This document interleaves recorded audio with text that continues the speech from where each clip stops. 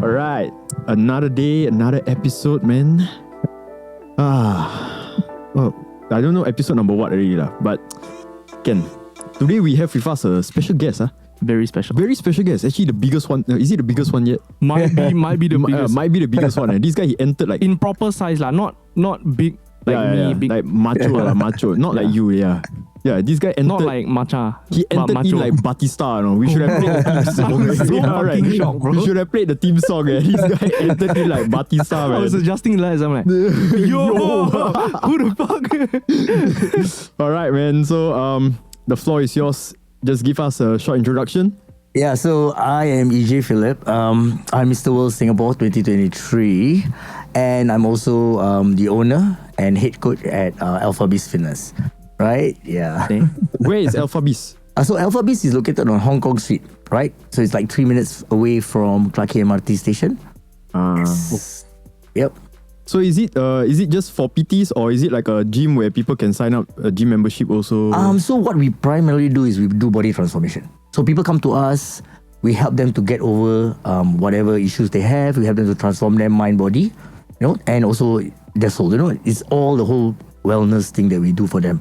So it's just not only just transforming. We help them to feel good, mentally and physically also. Nice. All right. So if you guys are interested, we will drop the handles there. Links. Yeah. How can they contact you? Well, I'm available on Instagram. You can always look me up, EJ Philip, or you can look up the gym, Alpha Beast Fitness. Yes. Nice. All right. So there you have it, Mr. EJ Philip. Mr. World Singapore? Yes, Mr. World Singapore. Singapore Yes. 2023. Yep. Yeah. Wow. Mizi and him should have a sit down. Mizzy. You know Mizi? No, not really. Mizzy. He competed recently. Last year, right? He competed late last year. Men's physique also. Oh, Yeah. okay. Yeah. I think I know. I think roughly. Yes. Yeah, the scene is quite small, right? Yep. All right. So, Jen, what's today's topic, man? Let's go. Today's topic is men's mental health. Oh, nice. Mental health. Very serious topic. serious topic. Yeah. And we are all men. Can tell. Can tell. tell. I think he's the manliest among all. Manliest, huh? Manliest one, right? Manliest. Who's the least? Of course you, bro. Okay, can I'll take it lah. No, if you still had that old hair, The maybe. old, maybe, yeah. Okay, but let's not get there. We're not getting to the hairstyles, okay? Yep. So, Zach, so what did the wise man say? the wise man said, wow. Well, actually, I had one just now, and then I forgot already. This happens a lot. This happens a lot. Yeah, this happens almost all the time. Do you have anything? Bro, I didn't write anything down You this also week. don't have, right? Wow. A wise man once said, There we go. if you never ask, the answer will always be no. That's true. Yep. All right. Let's kick it off, man. All right. So, why do men often find it difficult to talk about their mental health? Zach, you want to kick this one off? Okay, I'll kick it off first. Okay. How are we going? We going clockwise, anti-clockwise? Anti-clockwise. Dude, this That's is clockwise. idiot. This guy Fucking anyhow hell. ni. No, but from another angle, right? It's anti-clockwise. Why are we looking at that? Okay, never mind. Yeah, okay. No, whatever way lah. Dual man, bro. For me, I think it's the how I view it is the personal stigma that we have. The moment you share about your mental health as men, especially if we are sharing it to family members or our partners or anything else, they may see us as weak. Yeah. Very true. Yeah. So that's how I see it lah. Happened to me personally, also happened to other people that I witness also. The moment they share or the moment they cry in front of anyone or they show any form of emotions that's not positive, people will just see them differently. People will either pity them or start seeing them in a different light. Starting to like just see them differently lah. Okay, this guy is not so strong anymore lah. Maybe he's less of a man now, not because he's portraying his emotions, which is not right. But because that's the stigma, I think that is one of the reasons why men are hesitant to portray out their feelings most of the time. Yeah. Yeah, I mean, growing up, being Asians, right? Growing up, I mean, as we grow up, we always bottle our feelings. We cry when we're young. We cry. Our friends make fun of us, even in the playground. Yeah, that's Hey, true. alamak, you cry, you like girl lah. You know, and then as we grow up, we realize that we cannot express our emotion. And being men, it's very difficult for us to talk about emotion, right? The minute when we want to talk about emotions, we don't know how to, because it's either because we are overwhelmed. And then when we're overwhelmed, what happens? We either come out the wrong way. Then you become too aggressive. Then you become too you're too macho. You know, you become too man. And that is not right, because we are also entitled to our feelings, right? Right? Whatever happens, we also have feelings, right? That's true. That's Right. true. And then because we growing up, we already learn how to bottle our feelings. That's why we cannot really relate. So we just keep quiet lah. We just keep quiet and suck it up. Suck it up, suck it up. To the point where what? We just explode. Then it becomes worse. Yeah. Then it becomes, wow, this guy out of control lah. This guy got anger issues. This guy what? Or we just break down and we become distant. You know? This is what happens, you know. So I think just because when we grow up, mental health wasn't talked much. We weren't taught about mental health when we grew up. That's true. That's very true. So it's just the Asian thing, you know. We're not really, really open about feelings. You know, we don't like something, we just keep quiet. It's okay lah, just keep quiet. But how many okays are you gonna say before we explode? Right? The workplace, family, friends. So a lot of people don't want to talk about it, especially for men. The minute you cry, alamak, you weak. No, these are the stigma all attached. Man is always supposed to be the head of the family. You're supposed to be strong. You're supposed to have a direction. You're supposed to be successful, right? You're supposed to have all the answers. You're supposed to be the one holding the fort. So there's no room for weakness. There's no room to be able to say, I cannot. You must always can. That's Then true. there's a stigma. We are always going to be held at that, right? Because of that, then we don't want to talk about feelings anymore. We suppress all the feelings. You know, till the time it's too late.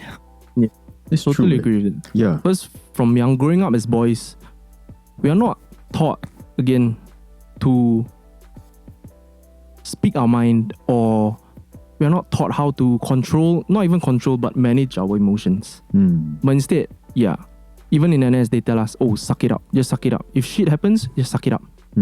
So that's ingrained in our mind, at least in Singapore. So I think that's why we find it hard. That's true. That's true. Yeah. Wow. But have you ever encountered a personally lah, where it came to a point for you till you exploded? I did go into depression once. Okay, so back in another lifetime, I was married. So at 30, I was married, and then did not happen. Like things didn't work out, and I'm quite of a perfectionist when it comes to things. I always do things and I want things to work. See, we always hold ourselves on a very high standard, and when that doesn't work out, I feel like I fail. Right? Because as men, what do? We try to create a career so that we can build a good family, and that's our end game. That's what we want to do, right? So when that failed, I blame myself. So I blame myself. I always ask myself, what could I have done better? Was it me? Was it the missus? Was it just us? So, but often when you start to blame yourself, that's where you go into depression. Yeah. Because it's you. It's always you. And then when you find that you are the problem, then you don't know what to do already. Right? So then because your purpose was to create a family, and that was the direction, and now when you don't have that, you lost. You don't know what to do anymore. So I went through that stage where I lost myself. I totally lost myself. It was a very difficult time. I couldn't tell my friends about it, because everybody said, oh, okay lah, that was nothing what. Yeah. But it was very, very big for me. Yeah. Right? They don't understand what I wanted for myself. Right? So nobody could understand. Some people say, it's okay lah, don't worry, everything is okay, you know, everything will be okay. But it's not okay. Right? So some people who could not relate to me just gave me positive words, but I was still the one holding on to all the emotions. Yeah. I didn't know what was going on. Right? And of course, the first time you get married, you want it to be awesome, and then it did not work out. So for me, it was really, really bad at that. I actually thought of committing suicide. Right? And because there was no reason for me to live. Like every reason that I wanted to live didn't make sense. Like I was a complete failure. Like a complete failure. I didn't know what to do. I thought, fine, fuck it. Just end it. Right? Then I just shut myself in the room, and I like a lot of thoughts. Lucky I did not like. So I feel that if you're going through depression, alcohol and substance abuse makes it worse, because then you have no control over your mind. That's where a lot of people push themselves to the edge. Yeah. So lucky I didn't go to alcohol. You know, I just like I needed to deal with it. And locked myself in a room for like almost 2 weeks. Wow. And when I came out, I kept on asking myself, who was I before? Who was I before this happened? Who was the person I was? I was successful, I was a real estate. No, I was good, I was doing well. And I realized that that's not the end of life. That's just a setback. And I started to say, okay, fine, let's go back to where you were and let's start rebuilding. And that's why I started rebuilding my whole life all over again. And yeah, it was not easy, but I think as you try and you understand why you're doing it, and positive influence from friends, people who help you around, I think that's the support system that's very important. Because if you do it alone, it's a very, very dark place. Right. Because not everybody will have that mindset. Where actually, like, especially when they're in that situation, it's like it takes a lot of strength to go back to that mindset you had. Like, okay, how was I before this situation? Like, and to step out of that like pit hole that you're already in, right? It's a very dark place, like a very dark place. Yeah. And you just have so many negative thoughts. It's like you're overwhelmed. You don't find any positivity. And that is a very dark place to be, right? Because all you need is just one suggestion, or just not be able to control, or be under the influence of alcohol, and that's it. Yeah. You know? And that's it. Finish. So for you, that turning point towards the better was when you realized who you were before. Yeah. So I kind of like look back at myself and say, hey, I'm not this person. I'm not this. Because when depression hits you, right, it's not like you know it's coming, you know. When it hits you, right, it just hits you and it's like a switch, pop, and you just lose all reality. Like every single reality that you ever believe in just goes out the window. Yeah. And you're in this very weird space where everything doesn't make sense anymore. And the only thing that will make sense if you just end everything. And that's the depression part. That's why people just feel like they want to end it, because nothing makes sense. Right? And I was in that moment where I was like, nothing makes sense. Like I couldn't understand, and you feel so sad, so guilty. Everything is so overwhelming. So that process when after the turning point, so that process when you're building yourself back up, right? Do you find yourself like at some point still going down sometimes? So you never really, it's an ongoing process, right? You always have to keep on taking one step forward. You might drop 2 steps back. And you always have to keep on moving, you know? Just keep on moving. You know, some days are great days. You wake up and you feel fucking champion. And some days you wake up and then you feel absolutely shit. Yeah, that's true. And it happens. But you need to be conscious that, hey, I'm feeling this way. I know this is not who I am. Move on. But what gave you that drive? Yeah, was it your upbringing that helped you to maintain that mindset? That's a very strong mindset. Yeah. I mean, I didn't have a perfect family growing up. My mom and my dad, they didn't have it wasn't a very functional family, right? So I had already had to come out and play the adult in the family at a very young age. So there was no time for me to be sad. I had to go out and work for the family.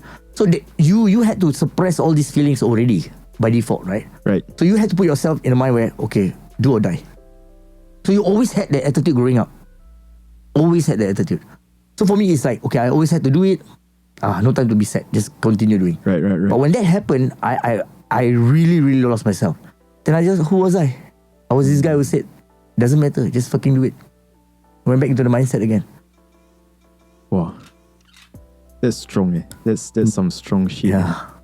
So how do you think we can encourage men to seek help for our mental health issues? Right. In this modern day? I feel like, okay, so the thing is, because like he said, his upbringing was already in a state where you were already... He had to be you had to be the adult. Yeah. Right. So you already had responsibilities, do or die. I have to keep pushing forward, right? But what about those kids or even adults who didn't go through that? They went through the perfect family, and for them it's the first time they have this big setback. That's where for them it's so much more difficult. Right. Because for them, right, they will never believe that their world is coming down. For them, there is no time for them to take a time break and say, you know what, hey, you know what, this is not important right now, I need to focus on other things. They don't have that. Right. When this happens to them, it's going to be a real big impact. That's why it's worse for them. Maybe perhaps because of my upbringing, I managed to pull myself out of it. Yes. Because I didn't have that opportunity to take a break and say, you know what, mommy and daddy are going to sort out things for me. I don't have it. Yeah. I had to sort it out myself. So I always had that already in me, right? I had to be the guy who's going to solve the problem, right? So I always had to look within myself. But if you grew up in a family where everything was given to you, then this is going to hurt you even more. Because once you go through this, you're going to expect somebody to help you, and no one is going to be helping you. No one. That's true, man. Because you can lean on people, but ultimately you have to do the work. You have to be the one telling yourself you have to wake up, because you are in control of your own mind. Nobody else can control. People can help you. The minute when they go away from you, they're not around, you go back into the mind zone, right? And that's the thing that's that scary part. That's the scary part, because when you cannot control your mind and you cannot fight with your inner demons, that's where it lose control. Yeah, it will just consume you. Yeah. That's true, man. Have you been in that situation before? Fortunately, I've not. That's why I'm still here, and I'm sane. I hope I'm sane. Yeah. Looking back at all the shit I've said, Yeah, I mean, almost there. I would say I'm also the fortunate ones also, right? To haven't gone through like this type of stuff, but Yeah. I'm also aware of the people out there who are going through these type of things. So for me, it's like I've always had that thinking where the ones that made it out, their mindset is so strong, but the ones that don't make it out or they are still going through that, right? What advice do you have for them? For me, I think a support system is very important. At the end of the day, when you cannot lean on to people, that's where you are with your own thoughts, you know? And no matter how much you try to fight it, sometimes you're just not strong enough, you know? The only way is to just like lean onto the support system. That's why there's a lot of talk of like, you know, you see someone who is not normal or doesn't do something normal or going into a depressed mode, reach out to them. Because you never know, you know? During COVID, I lost two friends. Due to suicide, you know, they took. Nobody saw it coming. These are people who I knew who were very strong. Very strong. You go out and they're them solid, no. One day, done. You never believe that these are the people who would just take their own life. You never believe.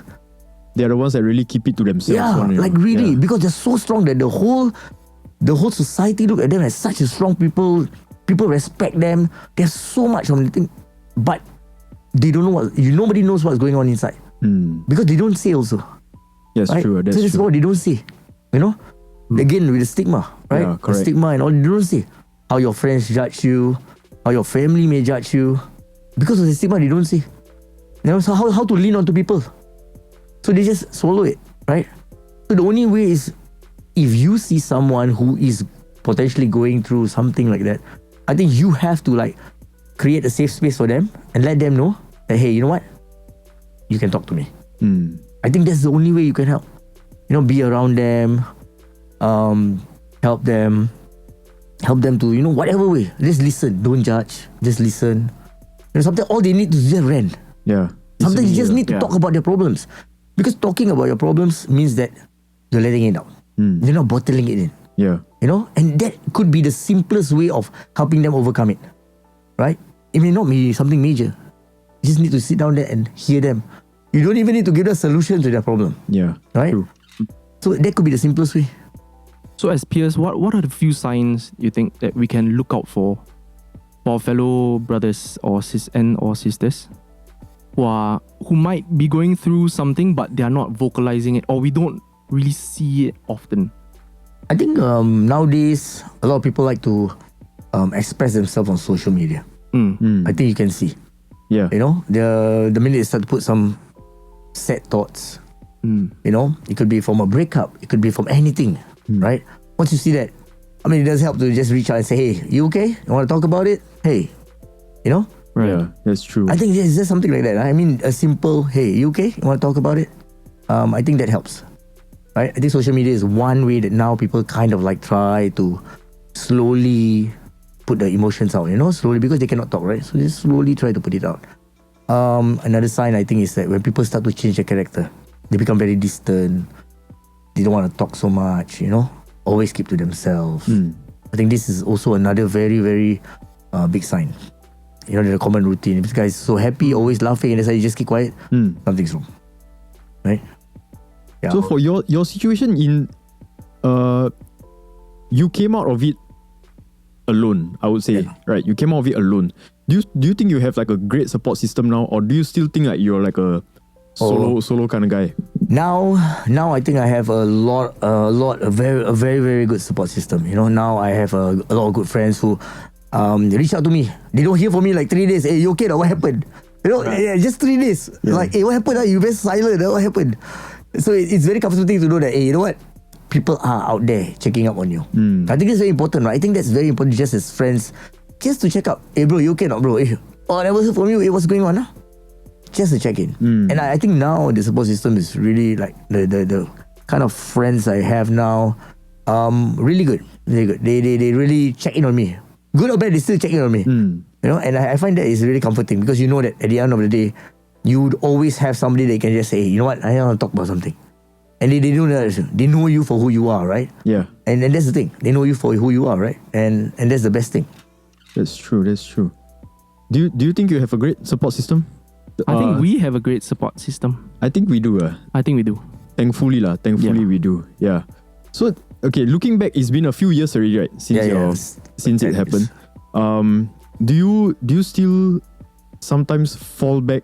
I mean, I do think about it. Am I still as upset? No.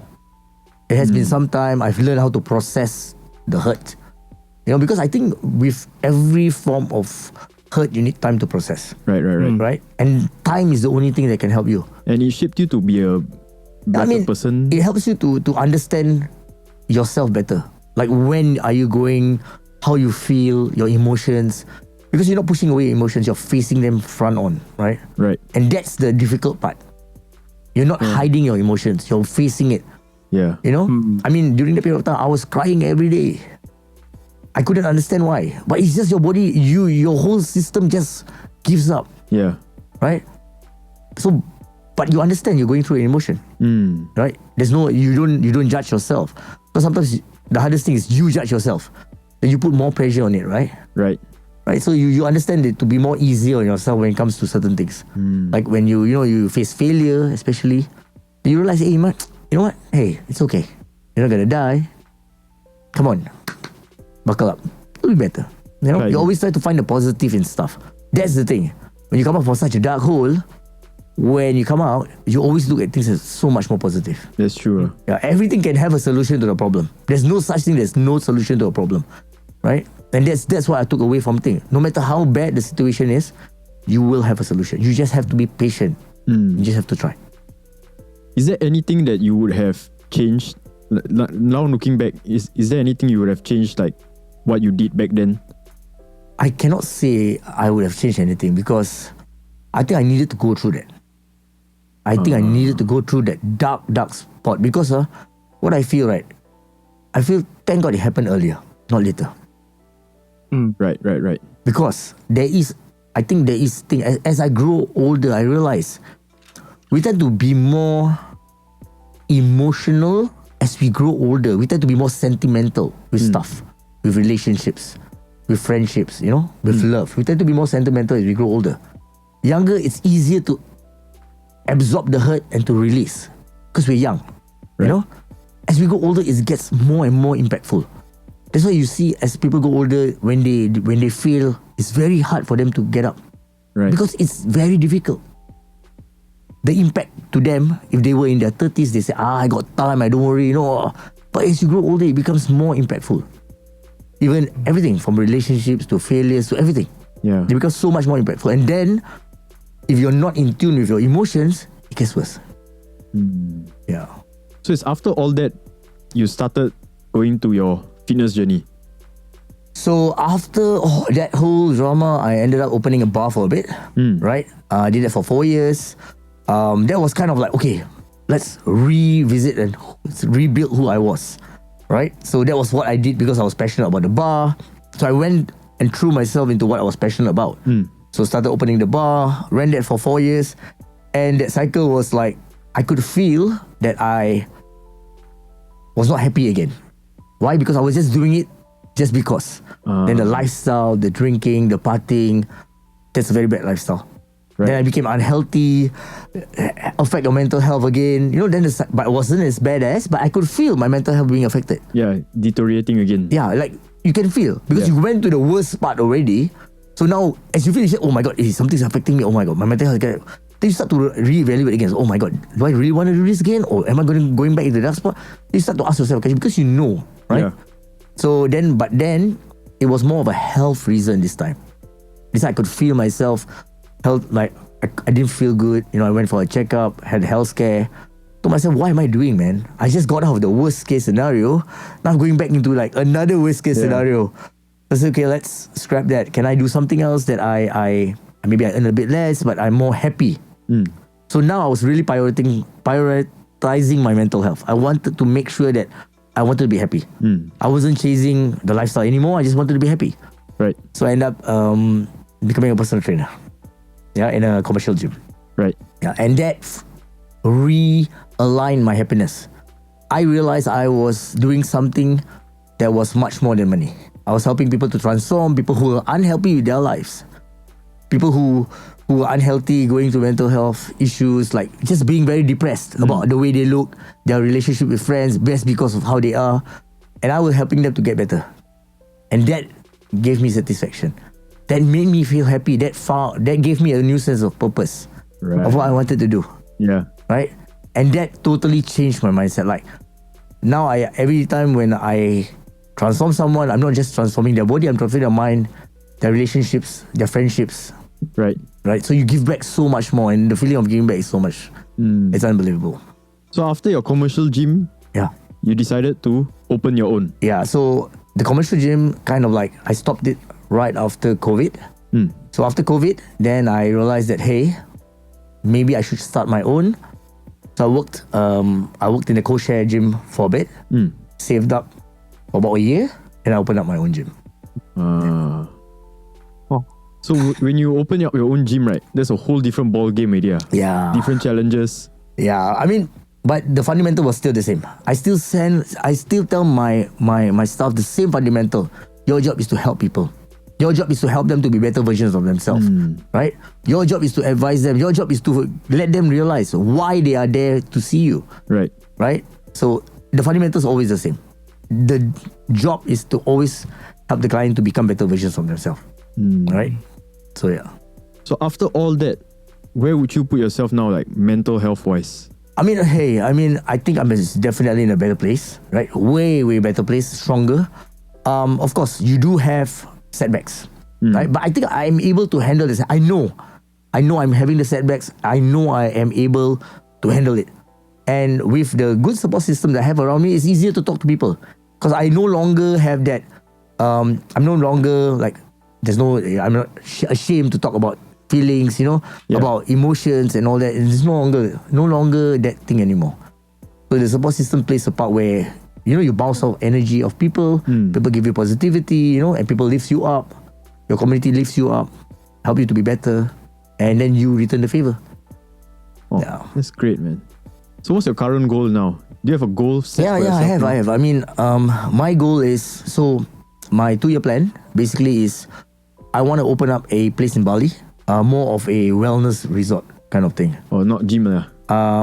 That is more for mental. It's really going into the fundamentals of like really going into the mental health. That's great. Like meditation, yoga. Meditation, hypnosis, things like that. Wow. Because stuff, eh? Yeah, I know. Because the reality is a lot of people face challenges which are limiting beliefs. Things like that are already implanted from a very young age. Yeah. Or for something where they have trauma, right? And as they're growing through life, they don't realize that they're still stuck on the trauma. That's why they're not being able to come out of that shell. It's like a deep root already. Yes. And a lot of people don't really want to realize this whole trauma thing, because some people growing up or whatever it is, they go through trauma. And then they bottle it up, but they don't really heal from the trauma. And then what happens is they end up going into the next relationship with the trauma. Right. right? Then you pass on that baggage to that person. and then you end up bringing the trauma into the relationship. Right. You know, so a lot of people have to work with their own trauma, whatever that is. So my take is, for fitness, I think everybody wants to be fit, everybody wants to look good, but why aren't they doing it? That's the real question. Why? Why aren't you putting in the effort? Why aren't you following your diet? What is the real reason? That's what I want to really, really go down to the root. You know? So yeah, so that's what I want to do in Bali, more of like a retreat where we go there, we do the whole wellness thing. And then from there we understand the pace. Then after you come back to Singapore, you do your training program. Right. Oh, so it's like a precursor to the full fitness thing. Oh, that's a fix good- the mind first, that's a then good you can Yes, fix the body. Yeah. I'm a big believer of fixing the mind, because I mean, once the minute you fix your mind, your body can transform in ridiculous ways, Yeah. right? I mean, like I said, I used to run the bar, I was unhealthy.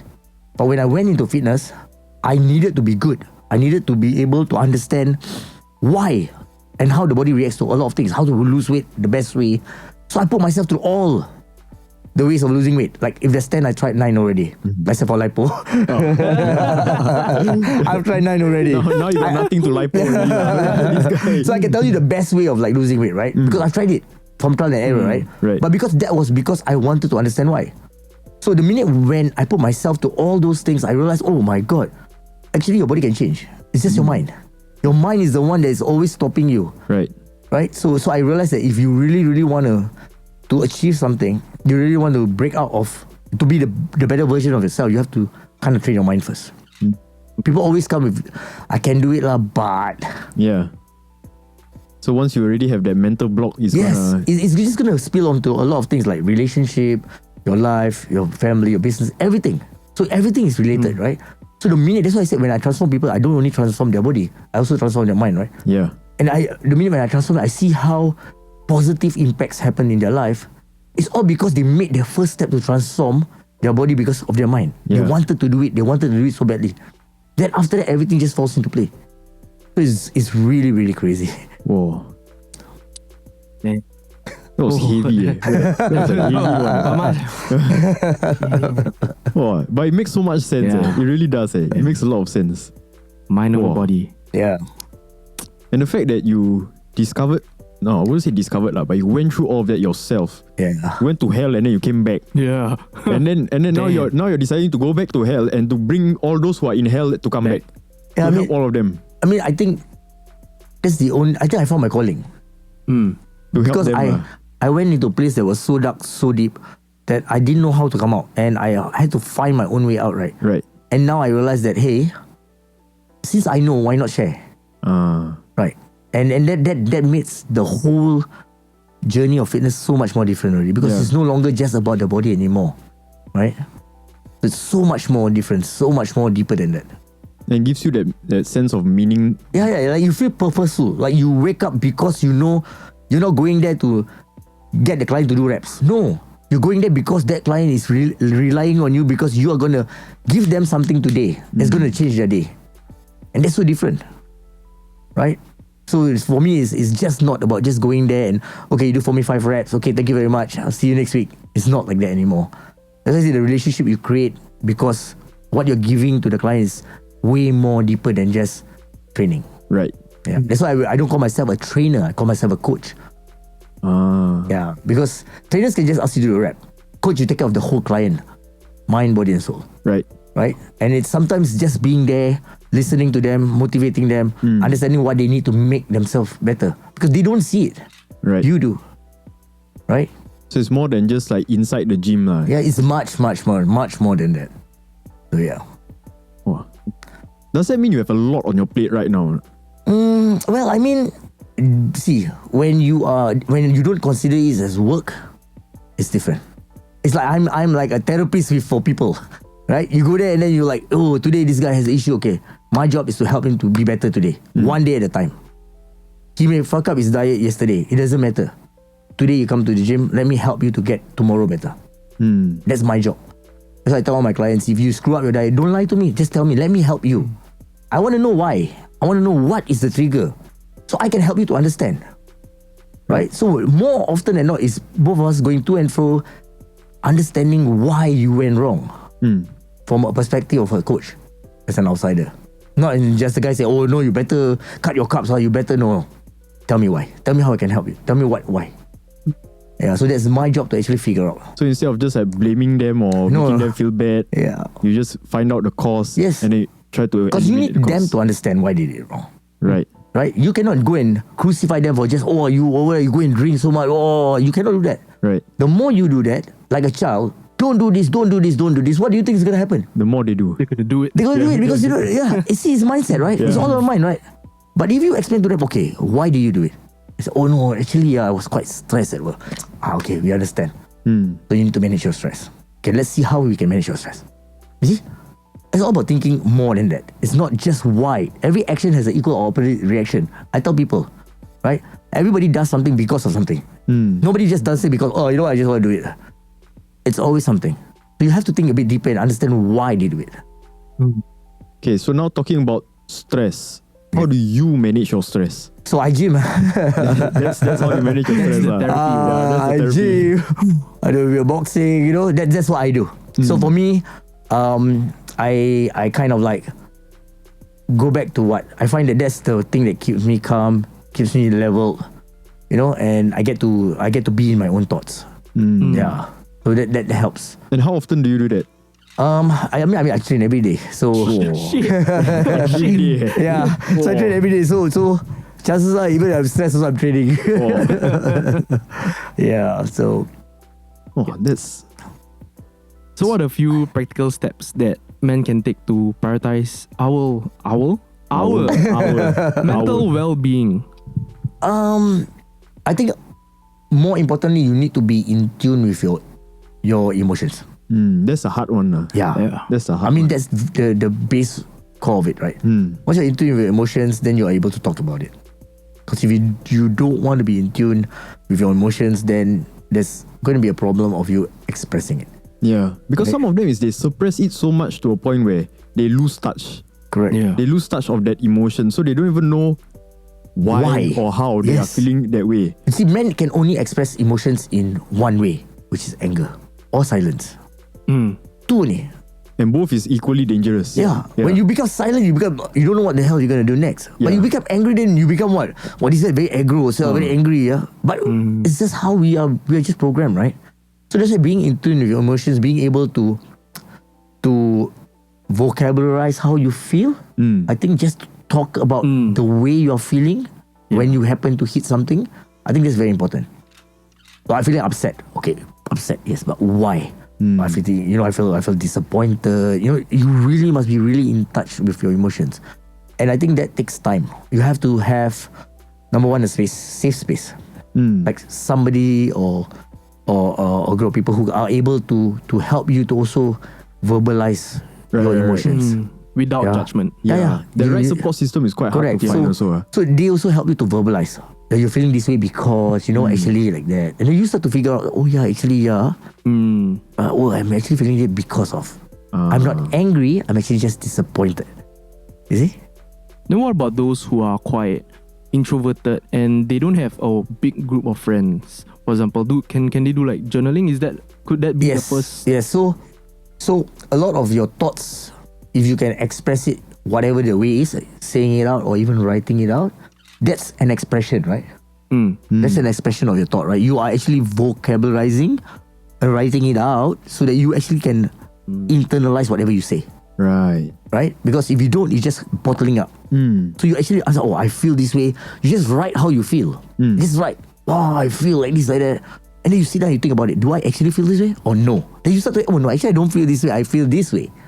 Then you start to reflect again. So it's a lot of reflection to and fro, having these conversations with yourself to understand where you are and what you're feeling at that point of time. Brings up that self-awareness also. Correct. So every time you're going through an emotion, I think the important thing is to be a little bit more self-aware about why are you feeling the emotion and what are you actually feeling.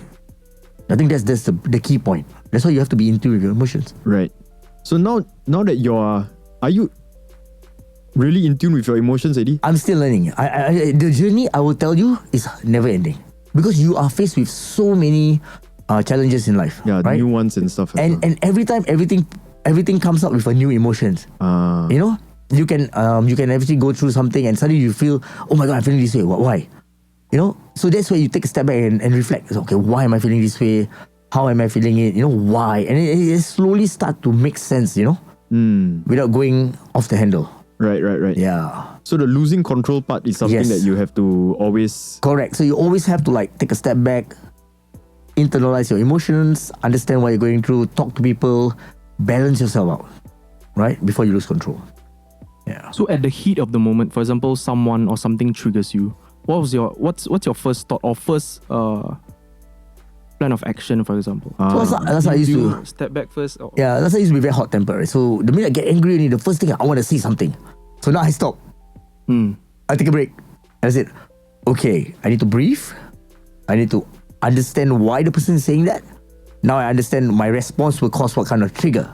Then I slowly start to rationalize that. So emotionally, you're like way more matured now also.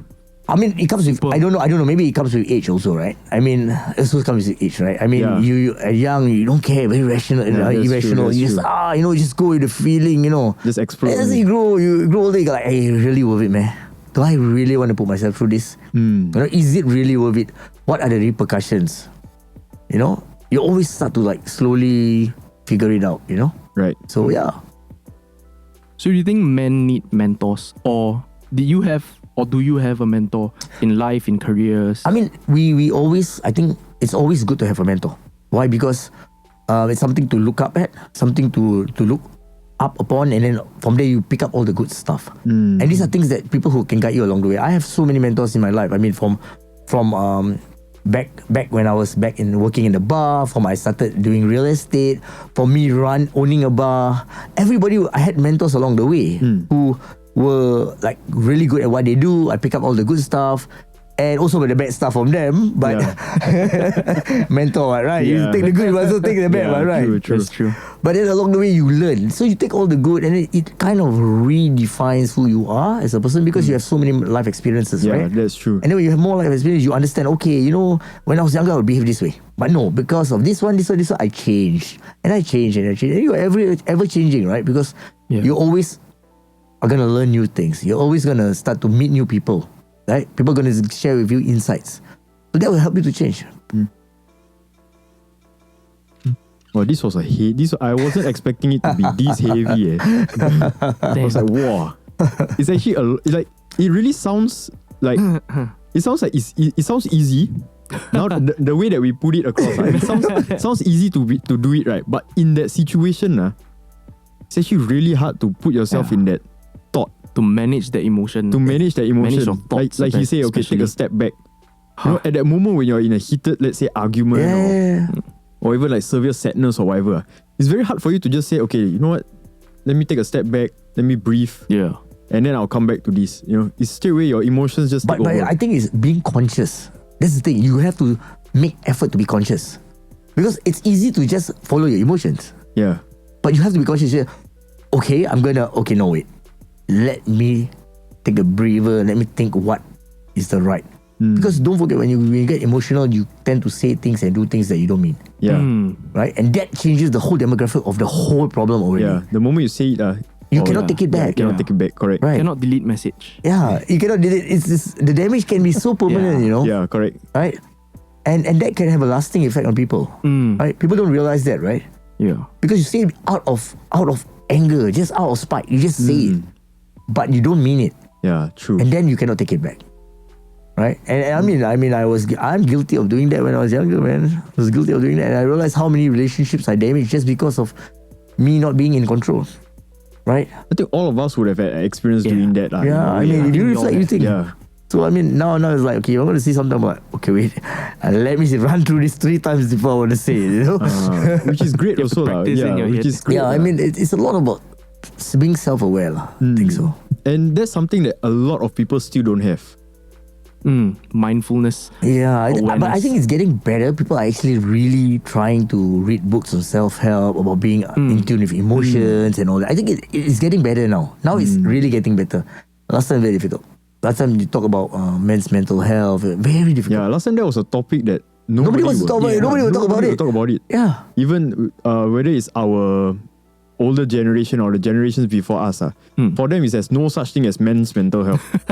Yeah. Zero. Zero. You wake up, you go to work, whether you like it or not, you come back, you had a very bad marriage, you suck it up, you just go through hell for 10 years. Correct. That's your mental health. Correct. After 10 years, mentally gone. That's it. Yeah, and that's the reality, right? Actually, that's really true. That's what most of them do. Yeah. It's like the same. It's the same thing. My grandparents also told me the same thing. You know, when I just started a new job, they're like, even if it's very bad, stay, do it, just do it. Yeah, then I'm like, Suck it up, Zach. what does that even mean? Don't be Yeah, basically they are just saying that indirectly. You know, they're just saying, don't be a pussy. Yeah, even if it's bad or whatever, just do it. I'm like, okay, that's not how it, but okay, yeah, you know. But that's how they were brought up. See the resilience that they had back then. And because now they've reached that point where it's too late, you know. It's ingrained in them already. I mean, for that age lah. For us, it's still, we can still fix it. But for them, it's already way past that age where it's like beyond repair. That's why I say this is called generation trauma, right? Where from their generation, they pass the trauma to us. Yeah. And then we pass down to our children if we don't make a change. Correct. Right? So you see, this is generation trauma. Like how your parents would treat you, and you would understand that as love because that is how your parents treated you. Yeah, because that's all you ever felt. Right? Because, come on, tell me the truth. Growing up, I get beaten by my parents for the slightest thing. Correct. That's the only way they know how to show love. Come here, pam, kena whack. And then now you like, alamak, okay, normal. Every day sure kena. Yeah. If that day you never kena, you damn lucky, I tell you. 100%. You're like, why today so good mood? Never whack me. Kena whack with everything from hanger to belt to the, the wooden, what you call it, the spoon on the wall. Everything you try before, like everything. No wonder his shoulder so big. He kena everything already. Seasoned already. I mean, that was how he was growing up, but that was how they understand how to give punishment. Yeah. And with that punishment, they're loving you. So come here, I love you, pap. That's so true. That's Which quite is true. funny because a few months ago there was this article where the parents were charged in Singapore. The parents were charged for whacking a 6-year-old boy. Now, for disciplining. Now it's different now. Now you can kena charge lah. Back then, you don't even keep quiet. You just keep quiet. Back then, we don't even dare to tell anyone. Back then, maybe not our time lah, but our parents' time, if you tell your teacher also beat you. Your teacher said, good for you. You deserve it.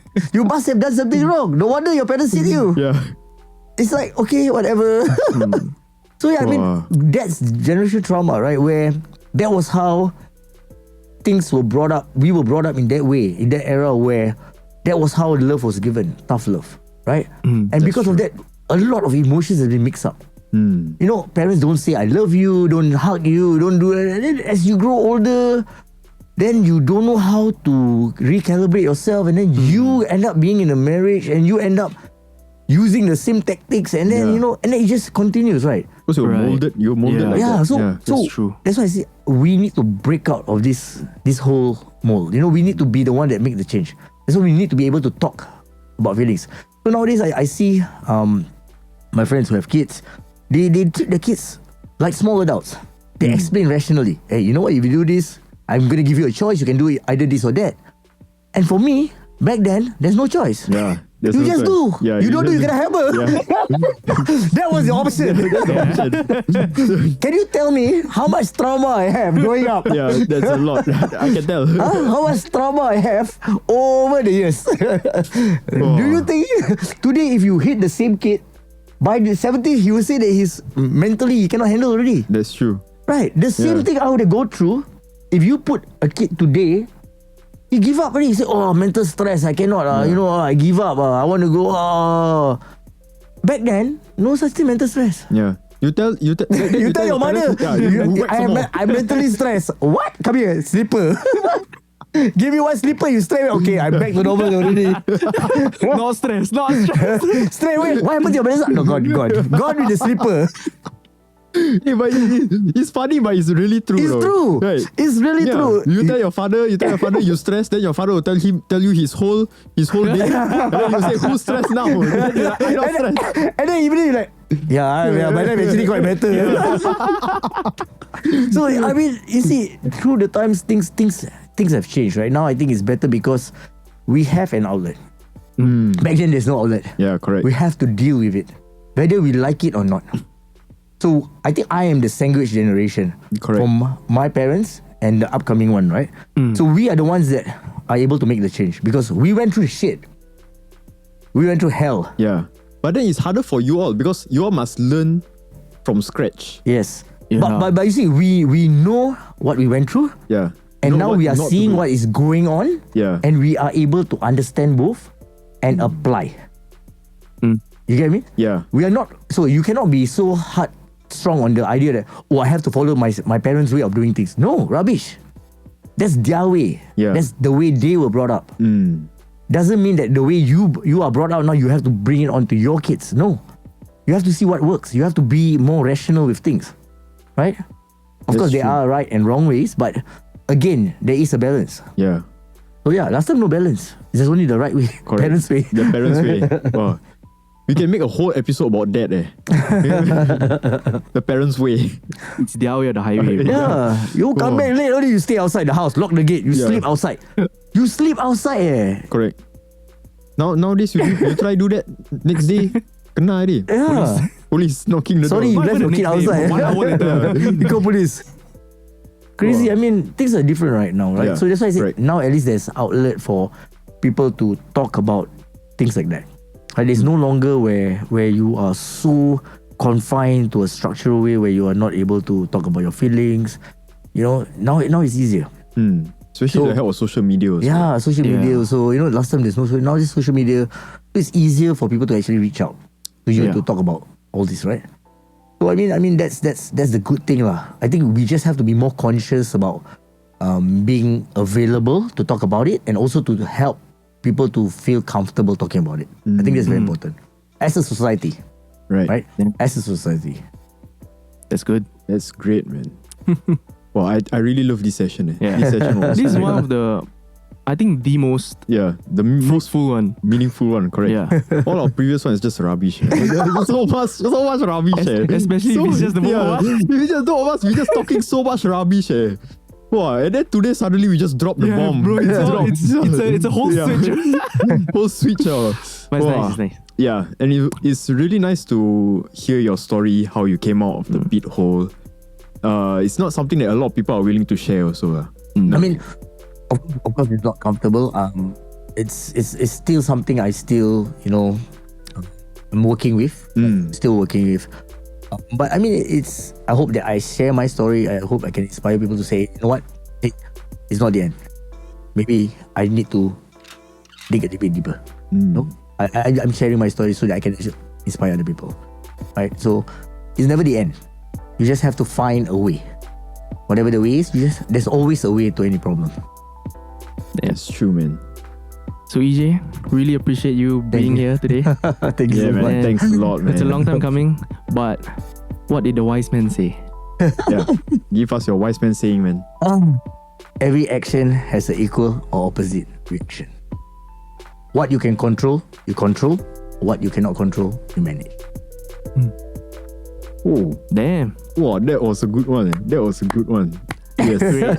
Once again, thanks a lot for coming. Thank you for having me. Yes. How can and people find you again? So I am available on Instagram, EJ Philip, and you can look up my gym, Alpha Beast Fitness. Life coach.